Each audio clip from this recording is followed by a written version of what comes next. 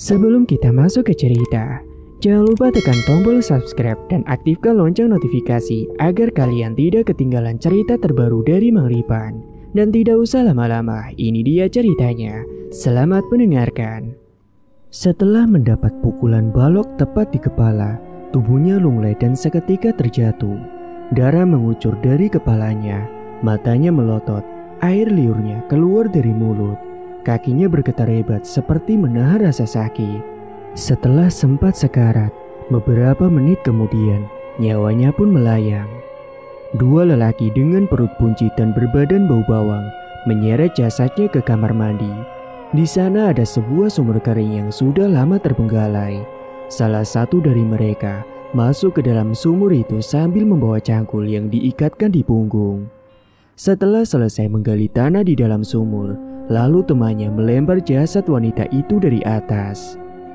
"Kubur yang dalam, Dim," kata lelaki berkepala botak yang gigi depannya ompong. Beberapa menit kemudian, temannya yang di dalam sumur tidak kunjung menyaut. Dia arahkan sinar senter ke dalam lubang sumur, tetapi sumur itu kosong. Tanahnya pun rata seperti tidak ada bekas galian. Temannya dan juga jasad wanita itu hilang entah kemana. "Dim, Sadiman!" Dia memanggil-manggil temannya dari atas sumur sambil terus mengarahkan cahaya senternya. Keringat bercucuran di dahi, dan tidak lama kemudian terdengar suara wanita bernyanyi lingsir wengi dari dalam sumur. Suaranya halus, melengking, dan juga menakutkan, membuat lelaki itu lari terbirit-birit ke halaman rumah. 5 tahun kemudian, Rini menyalakan mesin mobilnya. Dia terbangun agak kesiangan. Hari ini dia harus ke kampus untuk menyetorkan hasil revisi bab 3 skripsinya. Dia kuliah di jurusan kesehatan masyarakat. Sebenarnya itu bukan jurusan yang dia inginkan, tetapi dia tidak punya pilihan lain. Dari 3 jurusan yang dia ajukan, dia hanya diterima di Fakultas Kesehatan Masyarakat. Walaupun demikian, semakin lama Rini semakin menyadari kalau dia tidak salah pilih jurusan. Ilmu kesehatan masyarakat sangat penting dipelajari karena bisa meneliti perilaku dan kebiasaan pola hidup sehat masyarakat yang luas. Mobil yang dia kendarai berhenti di lampu merah. Handphonenya bergetar dari dalam tas ransel yang dia letakkan di kursi sebelah. Dia mengecek sekilas, ternyata telepon dari Dion. Rini tidak menjawab teleponnya. Dia hanya menarik napas berat kemudian mengembuskannya, lalu menggelengkan kepala. Dia malas meladeni temannya itu saat tahu kalau Dion jatuh cinta kepadanya. Sialnya bukan hanya Dion yang naksir, tetapi hampir semua teman lelakinya pernah menyatakan cinta, dan sampai saat ini mereka masih berlomba-lomba untuk mendapatkan hati Rini. Rini memang cantik, bisa dibilang dia adalah primadona di Fakultas Kesehatan Masyarakat. Perawakannya yang indah sempurna, bak model pakaian branded, rambutnya bergelombang dicat warna karamel tergerai sepunggung, sangat serasi dengan warna kulitnya yang putih. Yang tidak kalah indahnya adalah lesung pipi di sebelah kiri. Alisnya yang juga melengkung sempurna menjadi pemanis saat dia tersenyum. Mobil kembali melaju hingga akhirnya tiba di gerbang kampus. Dia akan segera menemui dosen pembimbingnya. Dia sangat berharap tidak ada revisi lagi dan bisa lanjut ke bab 4. Di ruang dosen, Rini mengetuk-ngetukkan jarinya di atas tas ransel, menunggu Pak Rizal memeriksa halaman demi halaman skripsinya. Sesekali dahi Pak Rizal mengkerut, membuat hati Rini berdebar takut ada yang harus direvisi kembali. "Oke, ini udah bagus. Bab 4-nya penelitian lapangan ya. Harus di daerah terpencil biar relevan sama judul yang kamu angkat." "Pak, bisa nggak saya penelitiannya di daerah Depok aja, Pak?" Pak Rizal membuka kacamatanya. "Ya nggak bisa lah Rini. Judul yang kamu angkat tidak cocok kalau penelitiannya di kota. Pokoknya kamu harus ke perkampungan atau ke desa terpencil. Lakukan penelitian di sana." Rini mengembuskan napas berat. Dia pun berpikir sejenak. Oke deh Pak. Saya akan coba cari lokasi yang pas nanti." "Kapan?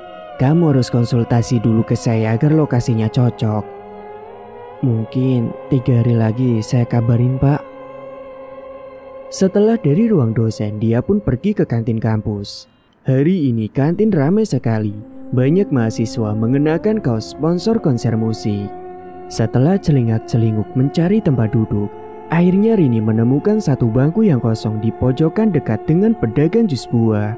Dia memesan segelas jus jeruk, membuka laptop dan mencari desa yang sekiranya pas untuk penelitian. "Woi, Rini," seseorang memanggilnya dari arah pintu kantin. Rini menengadahkan kepalanya, mencari sumber suara yang memanggilnya. Di antara lalu lalang orang, dia melihat Jessica melambaikan tangan sambil tersenyum. Rini balas melambaikan tangan kepadanya. "Sini Jess," kata Rini sambil tersenyum. Jessica adalah sahabat Rini sejak SMP. Dia kuliah di jurusan akuntansi. Bedanya Jessica ini sudah beres sidang skripsi, tinggal nunggu beberapa bulan untuk wisuda. Sementara Rini terhambat di beberapa bab saat bimbingan. "Gimana bimbinganmu, Rin?" tanya Jessie sambil sumringah. Rini pun membetulkan posisi kacamatanya. "Lanjut bab 4 nih, cuma Pak Rizal nyuruh gue buat penelitian di daerah terpencil." "Lah terus lu mau kemana?" "Belum tahu, Jess." "Gue ada ide, Rin. Biar gak boring, mendingan lu cari desa yang dekat dengan tempat wisata. Kayak ada pantainya, gunung, air terjun atau gimana gitu. Jadi nanti sekalian liburan, nanti gue ikut deh." "Bagus juga ide lu, Jess." Rini kembali ke laptopnya mencari desa yang dekat dengan tempat wisata. Dia tersenyum sambil memandangi layar laptopnya. "Ketemu nih, Jess, deket pantai. Indah banget lagi pantainya," ujar Rini sambil menyibakkan anak rambutnya. Jessica mendekatkan kepalanya ke layar laptop. Dia mengernyitkan dahinya. "Desa Palangandang, Jawa Timur," kata Jessie membaca tulisan itu. Mereka berdua diam sejenak lalu kompak berkata, "Liburan," ucap mereka sambil tos satu sama lain, membuat orang-orang di kantin menoleh ke arah mereka berdua. Seketika mereka pun kikuk menjadi sangat malu. Singkat cerita, seminggu kemudian mereka berangkat ke desa Balangandang setelah Pak Rizal menyetujui lokasi penelitian tersebut. Mereka naik kereta dari stasiun Gambir menuju stasiun Mojokerto. Sesampainya di sana, mereka harus naik angkot berkali-kali hingga akhirnya tiba di sebuah perbatasan menuju desa Balangandang. Lalu mereka turun di pinggir jalan yang sepi, tidak ada lalu lalang kendaraan sama sekali, bahkan juga tidak ada perkampungan di sana.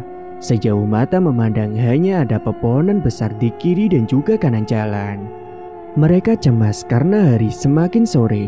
Menurut petunjuk di internet, untuk sampai di desa Balangandang, mereka harus melewati jalan sempit yang hanya muat satu mobil angkot saja. Untuk itu mereka berjalan sambil menyeret koper dan menggendong tas ransel, menyusuri jalan raya yang lenggang, mencari lokasi jalan sempit itu. Untung saja setelahnya mereka berhasil menemukan jalannya. Ada papan petunjuk arah yang sudah usang tertancap di pertigaan yang bertuliskan Desa Balangandang. Tetapi mereka berdua resah karena takut tidak ada angkot yang melintas sesore ini. Sambil menunggu angkot lewat, mereka duduk di sebuah halte yang terbuat dari bambu. Sesekali Rini melirik jam tangannya, lalu berticak kesal karena hari semakin sore. "Duh, gimana nih kita, Rin?" Jessica mulai panik. "Tenang Jess, kita tunggu 10 menit lagi. Kalau nggak ada angkot, nanti kita coba nyari penginapan. Soalnya gue tadi lihat gak jauh dari sini ada perkampungan warga." Jessica pun mengangguk dan menyalakan layar HP miliknya. "Duh, Rin, gak ada sinyal lagi." "Ah, masa sih Jess?" Rini kemudian mengecek layar HP-nya. Dia menggelengkan kepala. Dia keheranan, padahal tadi sinyalnya sangat penuh. Sekitar 5 menit kemudian, sebuah cahaya mobil berayun-ayun dari kejauhan dan perlahan mendekat. Itu mobil angkot berwarna putih. Ada tulisan Desa Balangandang di depan kaca mobilnya. Sontak Rini dan Jessica pun langsung loncat-loncat kegirangan melihat sebuah mobil yang mendekat. Segera mereka berhambur ke tengah jalan menghentikan mobilnya. Angkot itu kosong, tidak berpenumpang. Sopirnya ramah mempersilahkan mereka untuk naik. Selang beberapa saat, mobil angkot yang mereka tumpangi melaju perlahan memasuki jalan sempit menuju ke Desa Balangandang. Hari semakin gelap. angkot yang mereka naiki bergoyang-goyang melewati jalan berbatu. Cahaya lampunya berayun-ayun menembus kabut yang semakin menebal. Sudah hampir 30 menit berada di angkot, tetapi mereka tidak melihat satu rumah pun yang dilintasi. Sepanjang perjalanan hanya ada hutan yang pohonnya besar-besar. Terdengar juga suara lolongan anjing dari kejauhan, juga kepak kelelawar yang berhamburan di langit. Sepanjang perjalanan, sopir angkot itu sangatlah ramah. Dia menanyakan maksud dan tujuan mereka berdua ke desa Balangandang. Rini menceritakannya dengan hati-hati karena takut disalahpahami. Sesekali sopir angkot itu mengangguk sambil melihat mereka dari pantulan kaca spion depan. Namun tiba-tiba Rini mengendus-enduskan hidungnya. "Jess, lu nyium bau bangke gak sih Jess?" tanya Rini sambil mengerutkan dahinya. "Di sekitaran sini memang suka ada bangkai babi yang mati, Mbak," jawab sopir angkot menimpali. "Oh, begitu ya Pak," timbal Rini sambil menengok ke arah kemudi. Seketika dia berteriak saat melihat kursi kemudi itu kosong dengan setirnya yang bergerak sendiri. Sontak mereka berdua pun panik, namun saat hendak kabur dari angkot, pintunya malah tertutup sendiri dan terkunci sangat rapat. Lampu di dalam ruang angkot seketika padam. Mobil itu terus melaju perlahan. Mereka berteriak meminta tolong sambil menangis sejadi-jadinya. Hingga beberapa saat setelahnya, angkot yang mereka tumpangi pun berhenti. Pintunya terbuka sendiri. Lantas mereka buru-buru turun dari angkot itu. Lalu perlahan angkotnya melaju kembali menembus kabut yang tebal. Rini menyalakan senter, dia menyorotkan ke segala arah. Dan tepat di hadapannya, ada sebuah gapura bertuliskan Desa Wisata Balangandang. Gapura itu terbuat dari bambu dan kayu yang tulisannya diukir manual. Beberapa cahaya lampu terlihat dari kejauhan. Tampaknya itu adalah perumahan warga. "Jess, ayo jalan," ajak Rini mencoba untuk tenang. Dia memegang lengan temannya yang masih nangis sesenggukan. "Gue takut, Rin," lirihnya sambil mengerutkan dahinya. "Tenang Jess, di sana ada pemukiman warga, jadi nggak akan ada setan lagi." Mereka berjalan perlahan menuju pemukiman warga. Jalanannya berbatu sebesar kepalan tangan orang dewasa. Ada lubang becek di sana sini membuat Rini dan Jessica harus berhati-hati melangkah. Dari kejauhan, segerombolan anjing menyadari kedatangan mereka, lalu melolong ramai-ramai tanpa mendekat. Rini mengarahkan cahaya senter ke sekeliling dan ia melihat pohon mahoni tertata rapi, mungkin hasil tanam warga Balangandang. Setibanya di pemukiman, mereka dihampiri oleh seorang lelaki yang sedang ronda. Dia mengenakan jaket hitam, kupluk hijau, celana panjang coklat dan sarung yang diselempangkan. Perawakan lelaki itu tinggi besar lengkap dengan kumis yang melintang sempurna di antara bibirnya, membuatnya semakin terlihat garang. Dia pun menanyakan maksud dan tujuan mereka datang ke Balangandang dengan nada yang dingin. Rini pun kemudian menjelaskan tujuan mereka, lagi-lagi dengan cara yang hati-hati karena takut disalahpahami. Lalu, Rini pun meminta diantar ke rumah Pak RT.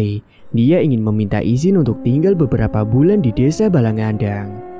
Kemudian lelaki itu bersedia mengantar mereka ke rumah Pak Marto, ketua RT di desa Balangandang. Di sana mereka diperlakukan dengan hangat, disuguhkan teh dan juga makanan. Pak Marto adalah sosok yang ramah dan sopan.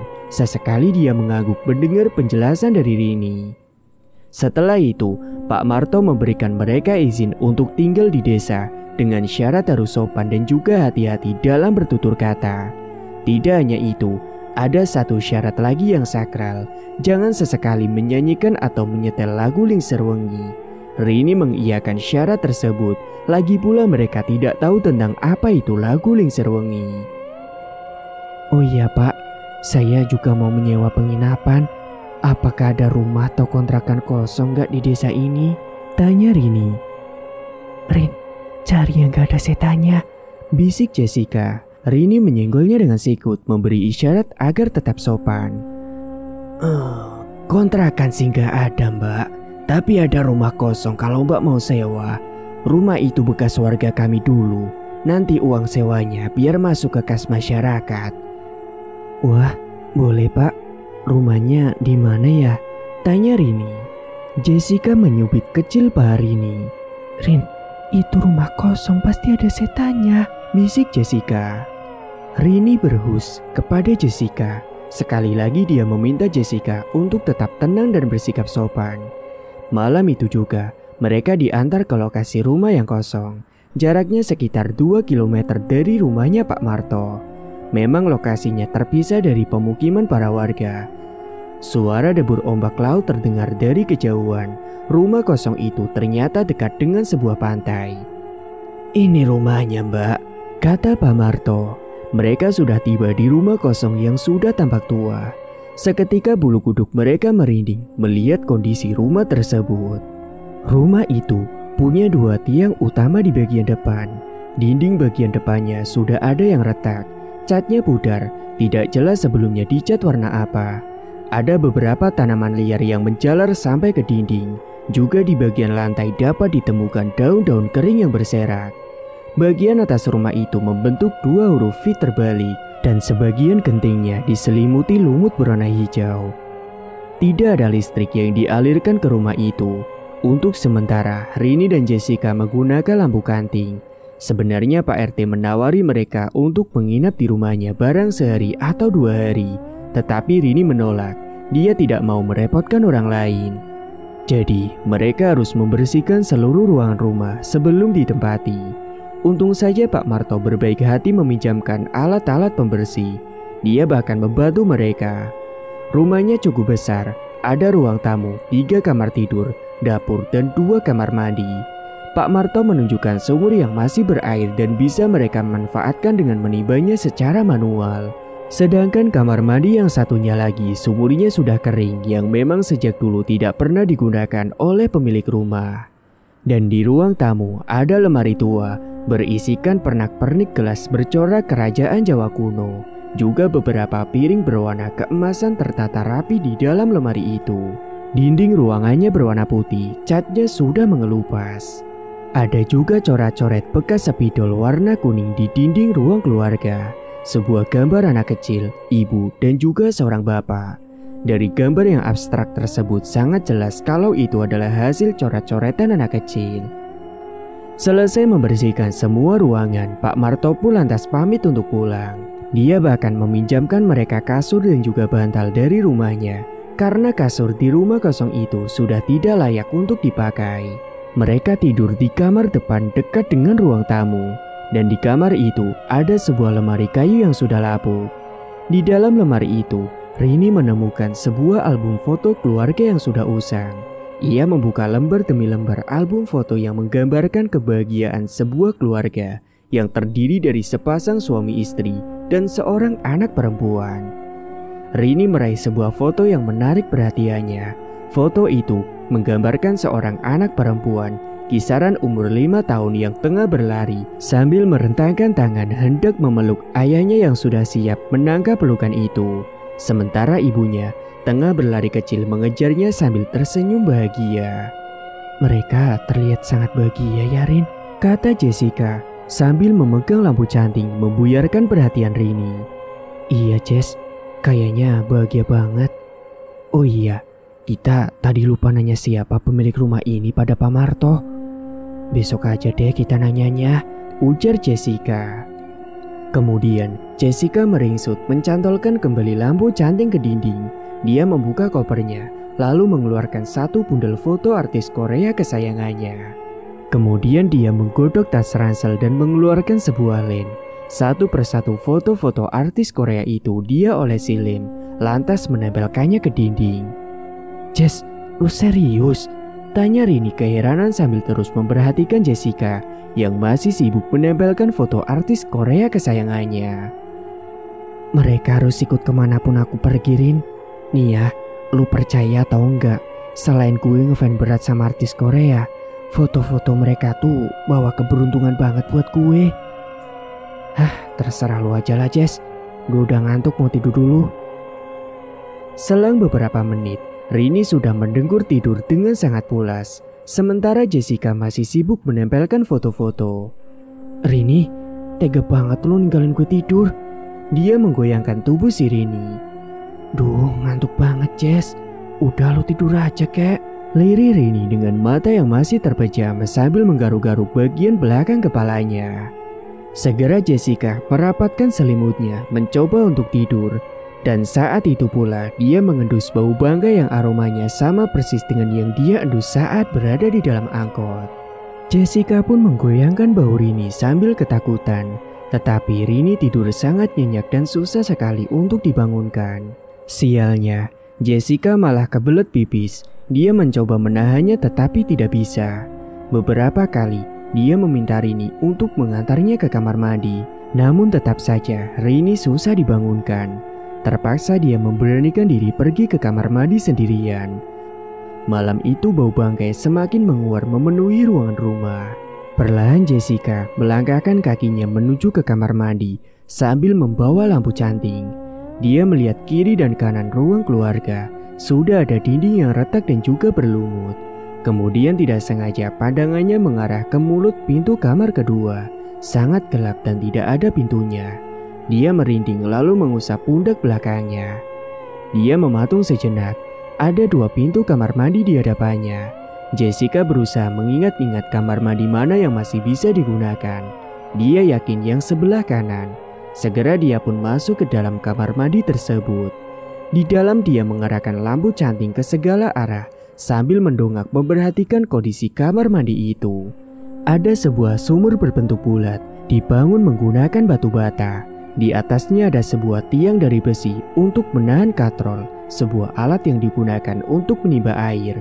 Tali sumurnya terbuat dari karet berwarna hitam, terlihat masih kuat untuk menimba air. Sedangkan embernya berukuran kecil, mungkin hanya berisi 4 gayung air. Dinding kamar mandi terlihat sangat usang, bahkan di sela-sela retakan dinding sudah ditumbuhi tanaman liar. Sarang laba-laba juga menjuntai di sudut atas ruangan. Lantainya kering, keramiknya berwarna putih, namun sangat kotor dan sudah retak sana-sini membuat Jessica harus hati-hati saat melangkah, karena bisa saja itu melukai kakinya. Ia meletakkan lampu cantingnya di pinggiran sumur itu, dan pelan-pelan dia melemparkan ember ke dalam sumur dan mulai menimbanya. Setelah selesai buang air kecil, dia melemparkan kembali ember ke dalam sumur dengan maksud membersihkan lantai kamar mandi. 1 ember air berhasil diangkat. Dia siramkan ke sudut-sudut lantai. Dia lemparkan kembali embernya ke dalam sumur itu. Tetapi saat hendak diangkat lagi ke permukaan, ember itu seperti tersangkut sesuatu. Dia coba sekuat tenaga untuk menariknya, tetapi tetap tidak bisa. Lalu dia arahkan cahaya lampu canting ke dalam sumur itu. Tampak genangan air bergoyang-goyang dan embernya masih tenggelam. Jessica pun berdecak kesal. Dia harus mengangkat ember itu ke permukaan, kalau tidak, besok dia tidak bisa mandi. Dia pun kembali menarik tali sumur itu sekuat tenaga, dan untungnya berhasil. Namun anehnya, beban ember yang ditariknya semakin berat dari yang sebelumnya. Wajahnya meringis, mengeluarkan semua tenaga yang dia punya. Perlahan tapi pasti, ember itu pun akhirnya naik ke permukaan. Dan kemudian Jessica langsung berteriak sekencang-kencangnya. Dia terkejut dengan apa yang dia lihat. Di atas ember itu, ada seorang anak kecil berkepala botak. Badannya putih semua, tersenyum mengerikan ke arah Jessica. Itu adalah sosok tuyul. "Rini!" Jessica berteriak, lalu dia pun akhirnya terjatuh pingsan di lantai. Singkat cerita, keesokan paginya Jessica pun siuman. Dia menceritakan apa yang dilihatnya semalam. Sementara Rini mengelus-ngelus punggung temannya sambil sesekali menyuapi bubur yang hangat. Dia mencoba menenangkan Jessica yang masih ketakutan. Mulai hari itu, Rini pun berjanji akan menemani Jessica pergi ke kamar mandi. Setelah selesai sarapan, Rini menyiapkan berkas kuesioner penelitiannya. Hari ini, dia akan berkeliling untuk menanyakan kepada warga tentang pola hidup sehat. Rini mengenakan jaket jeans berwarna hitam dan juga syal biru tipis. Sedangkan Jessica mengenakan hoodie hijau karena cuaca di desa Balangandang cukup lumayan dingin. Jalan di desa juga mulai rusak. Rini dan Jessica harus berhati-hati saat melangkah sebab banyak ujung batu yang tajam dan bisa saja melukai kaki mereka yang hanya menggunakan sendal. Ada beberapa anak kecil yang sedang bermain bola plastik di halaman rumah mereka. Mereka memperhatikan Rini dan Jessica yang melintasi halaman. Rini juga melihat ibu-ibu yang sedang sibuk menyapu halaman rumah dengan sapu lidi. Sesekali Rini mengangguk agar terlihat sopan. Ia juga berpapasan dengan bapak-bapak yang memikul cangkul hendak pergi ke kebun. Kebanyakan rumah di desa Balangandang berbentuk rumah panggung dengan atap ijuk yang terkesan masih sangat tradisional. Hampir di depan setiap rumah ada pohon jambu batunya. Mungkin saja warga senang mengkonsumsi jambu batu, itulah pikir Rini. Seharian mereka berkeliling, warga sekitar cukup bersahabat saat diminta jawaban oleh Rini. Tetapi ada hal aneh yang Rini perhatikan dari warga desa itu. Mereka semua mengenakan gelang berwarna putih yang terbuat dari sobekan kain. Tetapi Rini tidak terlalu memikirkannya. Dia hanya ingin fokus pada penelitiannya. Setelah beres, dia ingin cepat-cepat pulang. Rini pun merasa cukup untuk kuesioner hari ini. Dia mengajak Jessica untuk pulang ke penginapan. Namun, di perjalanan pulang, mereka berdua dihadang oleh seorang lelaki gendut, kepalanya botak, dengan gigi depannya yang ompong. Badannya bau telur busuk. Lelaki itu membentangkan tangannya sambil melotot. "Wahai leluhur kami, lindungi kami dari kuntilanak," kata lelaki itu sambil memuncratkan air liur. Dia seperti orang gila. "Woi, jangan ganggu mereka," seorang pemuda berambut sebahu mengusir lelaki menjijikan itu. "Kalian gak kenapa-napa kan?" tanya lelaki itu. "Iya mas, kami baik-baik aja. Terima kasih ya mas sudah ngusir lelaki itu." "Kenalin, aku Arya warga sini. Lelaki tadi namanya Karno. Dia satu-satunya orang gila di desa ini." "Aku Jessica dan ini Rini temanku. Kami sedang melakukan penelitian di sini," ucap Jessica yang menimpali ucapan si Arya. "Iya mas, sekali lagi terima kasih banyak ya sudah nolongin kami," sambung Rini. "Iya sama-sama. Kalian tinggal di mana?" "Di rumah kosong dekat pantai mas," jawab Rini. "Ah, serius? Siapa yang suruh kalian tinggal di sana?" Arya kaget mendengar jawaban Rini. "Lah, emangnya kenapa ya mas?" tanya Rini. Arya pun terdiam sejenak. Oh, enggak apa-apa kok mbak. Saya pulang dulu ya mbak," ucap Arya yang langsung pamit meninggalkan mereka. Rini heran dengan tingkah Arya, seperti ada hal yang disembunyikan olehnya. Tetapi Rini tidak mau berpikir negatif. Rini yakin selama dia bersikap baik, maka semua akan baik-baik saja. Dan sesampainya di rumah, ternyata Pak Marto sedang memasangkan kabel listrik. "Wah, terima kasih loh Pak. Baik banget udah bantuin kami," sapa Rini. Pak Manto tersenyum. "Dah apa-apa mbak, jarang-jarang desa kami kedatangan tamu dari kota." Dan setelah selesai memasangkan kabel listrik, Rini menyerahkan sejumlah uang sewa kepada Pak Marto. Pak Marto sempat menolak karena uang yang diberikan ini terlalu kebanyakan. Tapi Rini tetap memaksanya agar menerima uang tersebut. Rini berharap uang itu bisa dimanfaatkan untuk kemaslahatan warga desa. Di malam kedua mereka tinggal di rumah itu. Kali ini rumah semakin bersih dan lumayan layak untuk ditempati. Mereka bahkan membereskan 2 kamar kosong, halaman belakang rumah, dan kamar mandi tua yang tidak bisa digunakan. Mereka juga membersihkan sofa yang sudah lama sekali tertutup kain putih. Rini menemukan TV hitam putih di kamar gudang yang ternyata masih berfungsi dengan baik. Hanya saja antena sebelah kanannya patah, tapi masih bisa menyiarkan tayangan dengan sangat jernih. Bukan hanya itu saja, Jessica juga menemukan sebuah turntable, yakni alat musik pemutar piringan hitam. Dan malam itu pun hujan turun sangat deras. Mereka berdua duduk di ruang keluarga sambil menonton TV yang hanya bisa menayangkan 1 channel saja. Hingga akhirnya mereka pun tertidur pula sedangkan TV masih menyala. Entah jam berapa Rini terbangun dari tidurnya. Ia merasa seperti ada yang meniup kuping kanannya. Dia mematikan TV dan meraih selimut, mencoba kembali untuk tidur. Sedangkan di luar, hujan semakin deras ditambah suara deburan ombak laut yang sesekali terdengar dari kejauhan. Sesaat sebelum dia terlelap, tiba-tiba terdengar suara gemuruh segerombolan orang membaca mantra dalam bahasa Jawa yang tidak Rini mengerti. Derap langkah mereka terdengar jelas melintasi halaman rumah. Buru-buru Rini mengintip dari balik jendela. Dia melihat warga berbondong-bondong menuju ke arah pantai, membawa nasi tumpeng, kepala kambing, ayam hitam yang masih hidup, dan juga buah-buahan. Rini kala itu mengecek jam yang ada di HP-nya. Ini masih jam 2 pagi. Apa yang akan mereka lakukan? Hati Rini bertanya-tanya melihat hal itu. Itu sajen kuntilanak, Kak.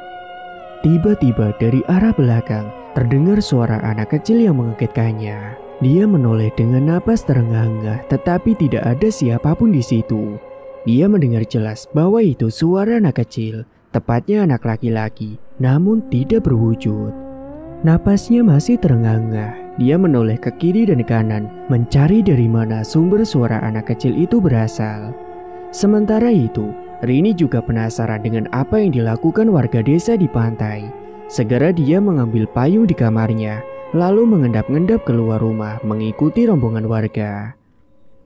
Di tengah hujan deras, dia melangkah dengan hati-hati sambil sesekali bersembunyi di balik pepohonan. Senter kecil yang dia bawa cukup untuk menerangi langkahnya. Rombongan warga sangat hikmat membaca mantra sambil terus melangkah gontai ke pantai. Sesampainya di sana, Rini bersembunyi di balik semak-semak tanaman pandan yang tumbuh di pinggiran pantai. Dia mengintip warga dari celah daun pandan. Lalu Rini melihat mereka bersimpuh menghadap laut lepas. Di sana seorang lelaki berdiri sambil membawa kepala kerbau. Dia menghanyutkan buah-buahan dan juga nasi tumpeng. Kemudian mengambil kepala kambing dan melemparkannya ke dalam gua yang berada dekat dengan bibir pantai. Dari kejauhan itu, Rini mendengar suara lengkingan ayam yang dicekik lehernya. Lalu lelaki itu berdiri kembali lantas melemparkan ayam-ayam hitam itu ke tengah laut. Dan sesaat sebelum Rini hendak pulang, seorang lelaki gendut dan menjijikan mengagetkannya dari belakang. Itu adalah lelaki yang dia jumpai tadi siang. "Lindungi kami dari kuntilanak, wahai leluhur kami," kata lelaki itu dengan tubuh basah kuyup. Rini tidak menghiraukannya dan bergegas selari menembus hujan deras. Hingga sesampainya di rumah, dia menemukan hal aneh kembali. Ada bercak darah di lantai. Bercak darah itu menjalar dari pintu depan sampai ke kamar mandi yang tidak bisa digunakan. Perlahan Rini mengikuti arah bercak darah dengan hati-hati. Sesekali dia mendengar petir menyambar dari kejauhan. Rini mulai tegang. Dia membuka perlahan pintu kamar mandi tua itu, menyorotkan senter ke sana. Dia melihat ada bercak darah di dinding sumur. Napasnya terengah-engah sambil perlahan mengarahkan cahaya senter ke mulut sumur itu. "Rin?" Ia kaget lalu menoleh ke arah belakang. "Anjir, lu ngagetin gue aja, Jess," kata Rini sambil bercicak kesal. "Anterin pipis, Rin," pinta Jessica. Ya udah yuk." Sebelum meninggalkan sumur tua, Rini sempat menyorotkan senternya dan anehnya bercak darah itu seketika menghilang. Bukan hanya di sana saja, tapi bercak darah yang tadi dia lihat di lantai ruangan rumah juga sudah hilang. Dan itu aneh banget. Singkat cerita, sudah beberapa hari ini, Rini selalu mendengar suara seseorang yang sedang mengunyah makanan. Suara itu berasal dari sumur tua yang airnya kering kerontang. Dia pernah memeriksa mulut sumur itu, tapi tidak ada apa-apa di sana. Hanya tanah kering dan tumbuhan liar yang menjuntai di dinding sumur. Suara mengerikan itu selalu datang setiap jam 12 malam. Namun anehnya, setiap kali dia membangunkan Jessica, suara itu langsung hilang dengan sendirinya. Malam itu, Rini kembali terbangun dari tidurnya. Dia mendengar samar-samar sebuah keributan anak kecil yang sedang bermain di ruang keluarga. Anehnya setelah dicek, tidak ada siapapun di sana. Kemudian ekor matanya melihat sekelebat bayangan manusia yang melintasi jendela kaca rumahnya. Di sana ada seorang pria tengah berdiri di halaman rumah. Pria itu terlihat memperhatikan ke arah Rini. Tidak begitu jelas wajahnya seperti apa karena tertutup oleh gelap. Dan entah kenapa tiba-tiba saja lelaki itu melemparkan sebuah batu ke arah jendela rumah. Dan itu sangat mengagetkan si Rini. Bahkan sampai-sampai Jessica juga ikut terbangun. "Ada apa, Rin?" Jessica terperanjat menghampiri si Rini. lalu memegang erat lengan temannya tersebut. Jantung Rini masih berdebar, napasnya turun naik dengan cepat. Tadi ada cowok ngelempar batu ke rumah kita, Jess. Orang gila itu lagi. Bukan, Jess. Ini badannya kurus. Gue gak tahu siapa. Mukanya juga gak kelihatan jelas. Jessica mengintip dari celah pecahan kaca, tapi tidak ada siapa-siapa. Namun tiba-tiba saja sebuah batu kembali dilemparkan. Kali ini mengenai pintu. Mereka pun kemudian berteriak meminta tolong. Terlihat dari balik pecahan jendela, sebuah bayangan lelaki misterius itu semakin mendekat. Rini berlari ke kamar untuk mengambil sebuah pisau dari dalam tas ranselnya. Lelaki itu menggedor-gedor pintu, memaksa ingin masuk. Jangan masuk, atau gue bunuh. Dengerin, gue gak segan-segan ya untuk bunuh orang, bentak si Rini. Memangnya kapan lu pernah bunuh orang, Rin? Tanya Jessica yang bingung. Ya di game online sih, jawab Rini singkat. Pintu pun kemudian berhenti digedor. Sepertinya lelaki misterius itu sudah pergi. Pelan-pelan Rini melangkah mendekati jendela dengan sebilah pisau yang digenggamnya. Sementara itu Jessica membuntuti dari belakang. Dia tampak ketakutan. Rini mengintip dari celah jendela. Tidak ada siapa-siapa di luar. Kemudian tiba-tiba saja sebuah batu besar kepalan tangan orang dewasa melayang mengarah ke wajahnya. Untung saja Rini berhasil menghindar, tetapi pipi kirinya terkena pecahan kaca dan perlahan 1-2 tetes darahnya pun mulai berjatuhan ke lantai. Sementara itu, di tempat lain, "Pak, kita harus pindahkan mereka dari rumah itu," kata Arya dengan logat Jawa yang kental. Pak Marto membuka kacamatanya sambil menghembuskan napas berat. "Dah bisa, Arya. Mereka ndak mau merepotkan warga sini. Lagi pula ndak ada penginapan di kampung kita." Bu Surti, istri Pak Marto, datang menyuguhkan ubi hangat dan juga teh manis. Kemudian duduk bersama mereka di ruang tamu. "Pak, wong kita ndak tahu di mana kuntilanak itu bersarang sekarang. Aku takutnya selama ini kuntilanak itu bukan bersemayam di dalam gua, tetapi di dalam rumah tua itu." "Kamu tenang saja, Arya. Kuntilanak itu gak akan bangkit lagi. Kau tahu sendiri, selama ini kita sudah rajin untuk sesajenan toh." Arya masih cemas, dia pun menundukkan kepala. "Pak, apa Bapak masih ingat pas kuntilanak itu bangkit? Belasan anak di desa kita hilang. Tahu-tahu tenggorokannya ngapung di Pantai Keramat. Aku ora mau ya kalau hal itu kejadian lagi sama warga kita." Pak Marto tersenyum. "Orang-orang kota itu sudah kuingatkan agar tidak menyanyikan lagu Lengser Wengi. Lagi pula mereka juga tidak tahu lagu itu." Singkat cerita, kembali ke rumah tua. Malam kembali meringsut. Entah kenapa akhir-akhir ini hujan sering turun. Petir menyambar dari kejauhan saling sahut menyaut. Kilat berkelebat memantulkan cahaya pada dinding rumah yang Rini tempati. Angin bertiup tak terarah melengkungkan pepohonan mahoni di desa Balanggandang. Debur ombak terdengar semakin keras dari kejauhan.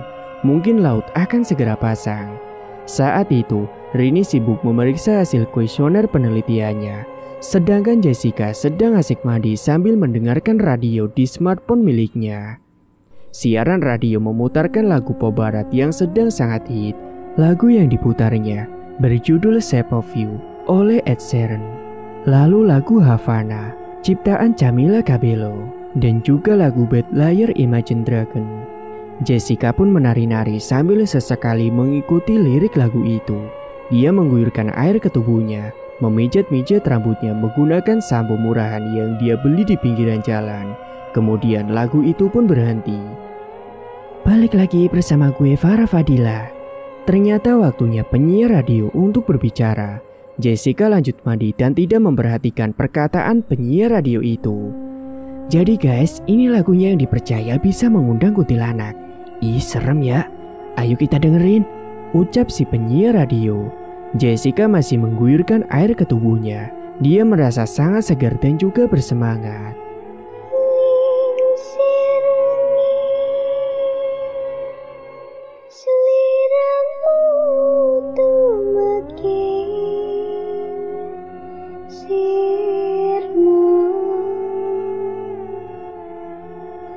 Cak tangi nggonmu kule, awas jangan toro, aku lagi bang wingo-wingo. Jin setan kang tak utusi, tadi sebarang wajo layu sepe.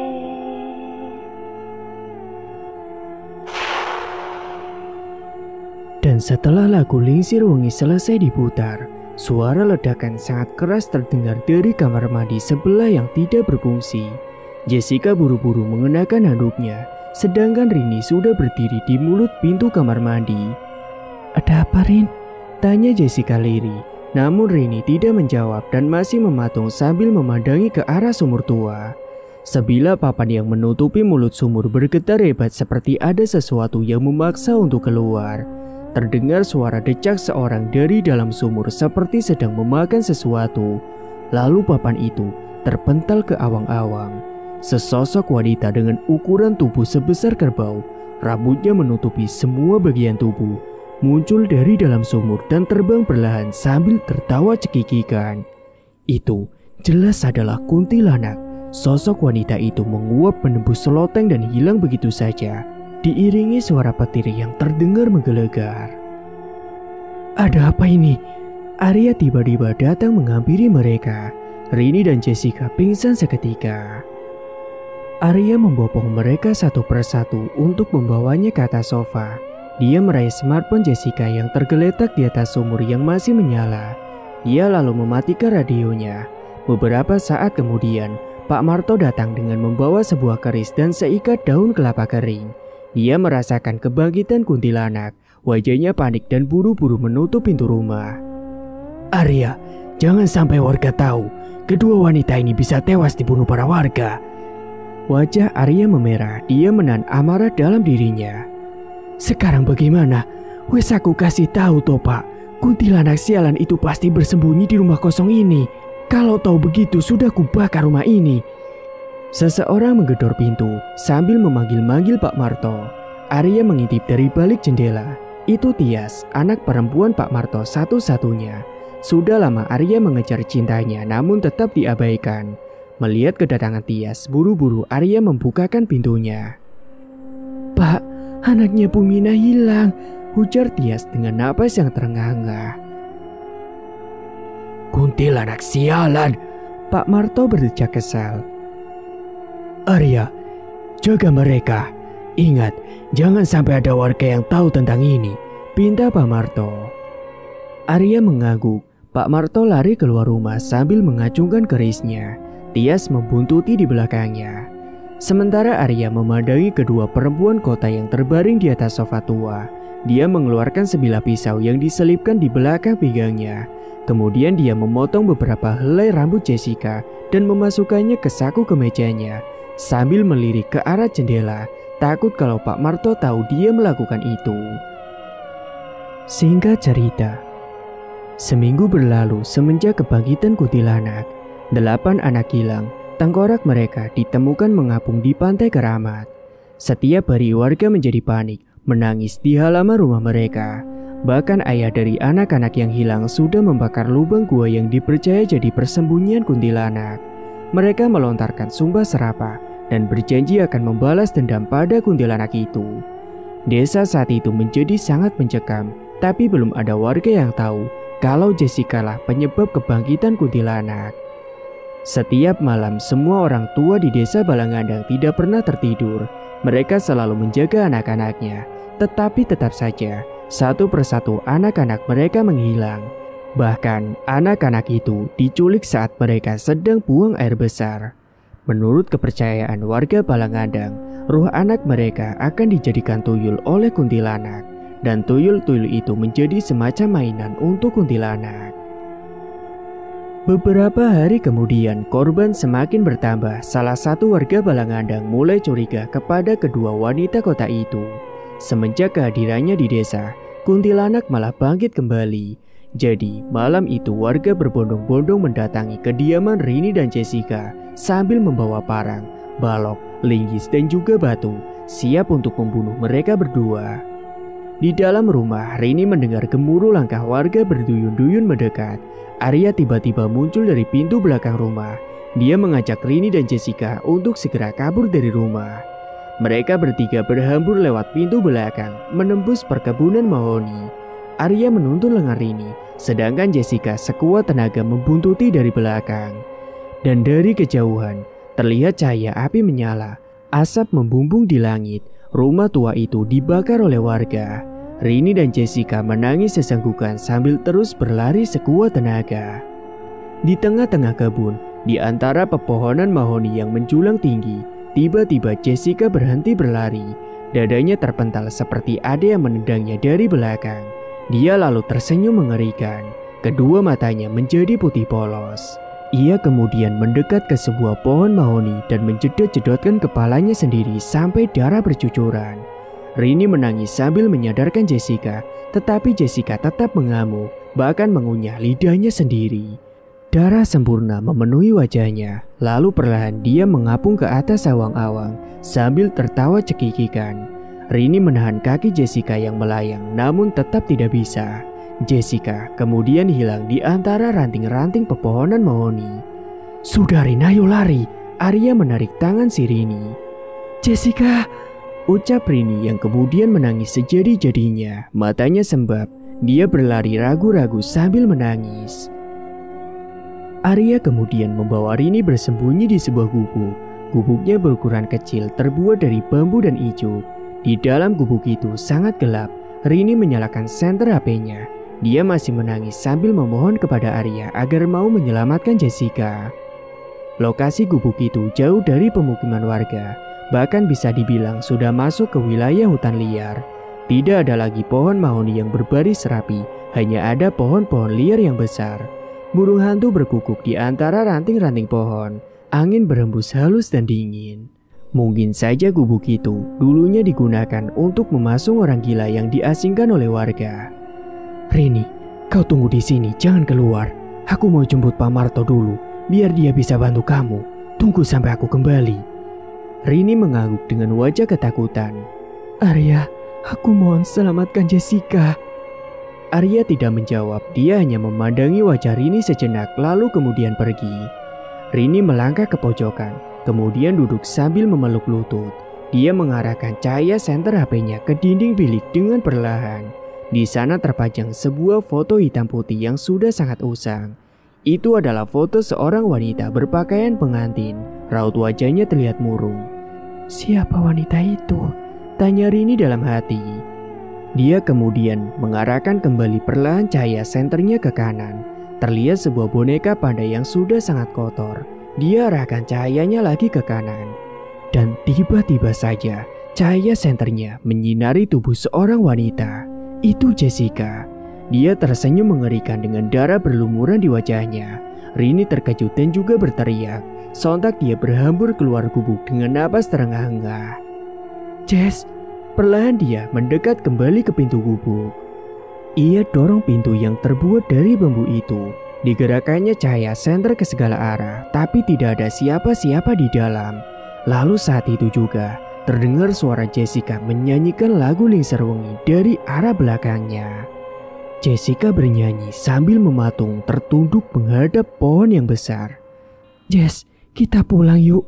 Di sini gak aman. Kita nyari jalan pulang aja," ajak Rini yang ragu-ragu mendekat ke arahnya. Jessica masih berdiri menghadap pohon itu. Hutan itu gelap, hanya cahaya senter Rini yang menjadi penerang. Jessica tidak menjawab ajakan si Rini. Dia terus menyanyikan lagu Lingser Wengi dengan fasih dan juga mengerikan. Langkah kaki Rini semakin mendekat. Dia menelan ludahnya sendiri sambil menyorotkan senter ke punggung Jessica. Perlahan, dia mengangkat tangannya hendak menyentuh pundak Jessica. "Jess." Sesaat sebelum lengan Rini menyentuh pundak Jessica, suara seorang perempuan yang mirip dengan suara Jessica memanggilnya dari arah kanan. "Rin, itu bukan gue." Rini mencari sumber suara Jessica tetapi tidak ada. Buru-buru dia kembali masuk ke dalam gubuk. Semua sudah tidak terkendali, hatinya berdebar tidak karuan. Sesaat kemudian Pak Marto pun muncul dan mengajak Rini untuk pergi dari gubuk itu. Ayo nak, Bapak sudah siapkan mobil pickup. Kamu harus segera cepat pergi dari desa ini. Pak, tolongin Jessica, Pak. Di mana dia? Itu.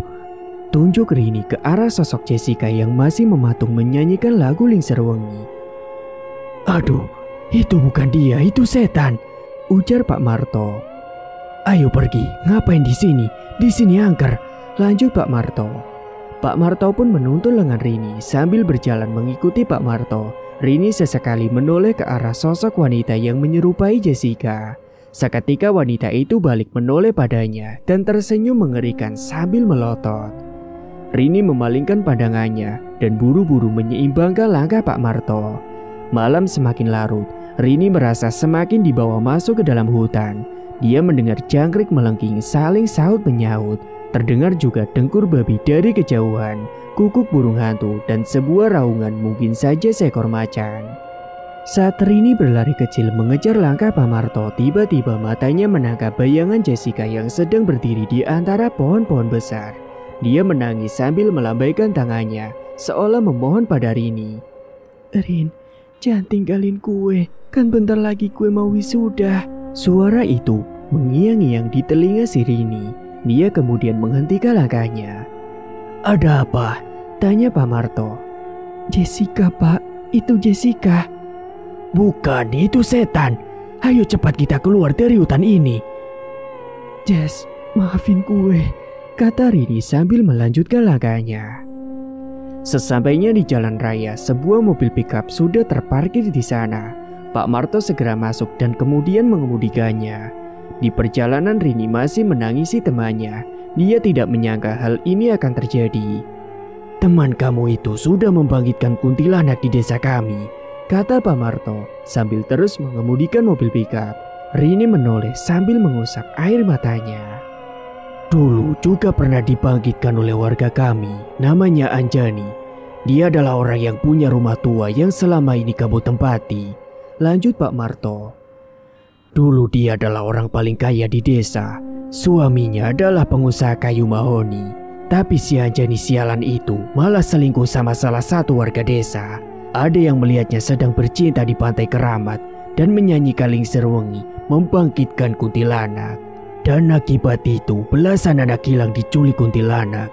Besoknya tengkorak mereka mengapung di pantai Keramat. Semenjak saat itu warga marah pada Anjani dan tiba-tiba saja dia hilang. Entah hidup atau mati, kami tidak pernah melihat jasadnya. Sedangkan suami dan anaknya pindah ke kota setelah tahu dikhianati oleh Anjani. Pak Marto kemudian menutup jendela mobil. Kuntilanak itu sempat hilang dan sekarang malah teman kamu yang buat masalah besar di desa kami. Dia yang membangkitkan kuntilanak itu. Dan tiba-tiba saja mobil berhenti mendadak. Ada sosok Jessica menghalangi jalan mereka. Dia tersenyum mengerikan sambil melotot, melambai-lambaikan tangannya ke arah mereka. Pak Marto pun kemudian menabrak sosok yang menyerupai Jessica itu. Mobil yang dia kendarai menembus gelap. Ia ingin segera menyelamatkan Rini yang tengah dikepung warga Balangandang. Dan tepat di pagi buta, dia akhirnya berhasil membawa Rini ke terminal angkot. Lekas pulang dan jangan datang lagi ke desa Balangandang, kata Pak Marto. Rini mengangguk, wajahnya masih terlihat murung. Dia tidak tahu harus berkata apa-apa lagi. Dia merasa sangat bersalah telah membawa Jessica ke desa Balangandang. Penelitiannya gagal, Jessica pun hilang. Semuanya jadi kacau. Sementara itu di desa Balangandang, warga masih mencari keberadaan Rini. Mereka marah besar, membakar rumah tua, menyumpah-nyumpahi pantai Keramat dan melepas gelang-gelang putih yang mereka gunakan untuk menangkal kuntilanak. Gelang itu mereka bakar dan berjanji tidak akan pernah menggunakannya lagi. Bukan hanya itu saja, mereka juga tidak akan mau lagi melakukan sajian kuntilanak. Selama ini mereka merasa dibodohi oleh ritual itu. Semuanya menjadi sia-sia karena anak-anak mereka tetaplah hilang dimakan kuntilanak. Beberapa hari kemudian, kuntilanak itu terus menghantui desa Balangandang. Kadang mereka mendengar suara cekikikannya di antara ranting-ranting pepohonan. Bukan hanya itu saja, salah satu warga juga sering melihat sosok Jessica sedang berenang di pantai Keramat. Pemandangan itu sangat mengerikan. Satu persatu anak-anak desa Balangandang hilang di gondol kuntilanak. Sebagian warga sudah mengungsi pindah ke desa yang lain untuk menyelamatkan anak-anaknya, apalagi wanita yang sedang hamil. Ada warga yang mengalami hal aneh. Tiba-tiba saja bayi yang sedang dalam kandungan itu menghilang dengan cara misterius. Perut perempuan yang hamil di desa Balangandang mendadak mengempes. Bayi itu raib dimakan kuntilanak.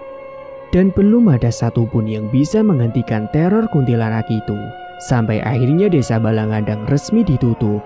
Mereka berpencar mencari desa-desa yang aman dari kuntilanak. Bahkan sebagian dari mereka ada yang pindah ke kota. Gapura yang bertuliskan desa wisata pun dihancurkan agar tidak ada lagi yang datang ke desa Balangandang. Kini, desa Balangandang itu tidak berpenghuni, juga tidak ada yang berani mengunjungi desa itu. Singkat cerita, hujan mengguyur desa Balangandang yang tidak lagi berpenghuni. Langkah Arya tergesa, tubuhnya sudah basah semua. Dia membawa kantung plastik berisi beberapa helai rambut. Itu adalah rambut Jessica. Sesampainya di bekas rumah tua yang sekarang hanya tersisa lantainya saja, dia berlutut di samping lubang sumur tua. Perlahan dan lirih dia menyanyikan lagu Lingser Wengi. Kemudian dia menaburkan potongan rambut Jessica ke dalam sumur itu. Rambut itu tinggal beberapa helai saja karena dia sudah menyerahkan sebagian helai itu ke kuntilanak ketika desa masih berpenghuni. Perlahan, sesosok kuntilanak muncul dari dalam mulut sumur sambil memeluk Jessica yang menangis terseduh. Doro Kunti, hamba sudah memberi tumbal padamu. Tolong kabulkan permintaan hamba. Buatlah agar Tias mau menikah dengan hamba, wahai Doro Kunti. Singkat cerita, di tempat lain, tepatnya di kota. 1 bulan kemudian, kehidupan Rini berubah drastis. Dia menjadi sangat pemurung. Skripsinya terbengkalai. Dia masih tidak bisa menerima kejadian yang dia alami di desa Balangandang. Jessica sering muncul dalam mimpinya. Dia menangis dan meminta tolong dari dalam sumur tua. Rini yakin kalau Jessica masih hidup. Di suatu malam dia pernah bermimpi bertemu dengan seorang kakek tua yang mengaku sebagai warga desa Balangandang. Kakek itu memberikan secari kertas yang berisi mantra dalam bahasa Jawa. Selamatkan temanmu. Dia masih hidup. Bacakan mantra ini di lubang sumur tua itu. Dan begitulah kata-kata kakek tua di dalam mimpinya yang masih dia ingat. Dan anehnya ketika dia terbangun dari tidur, dia menemukan secari kertas yang berisi 1 paragraf tulisan dalam bahasa Jawa.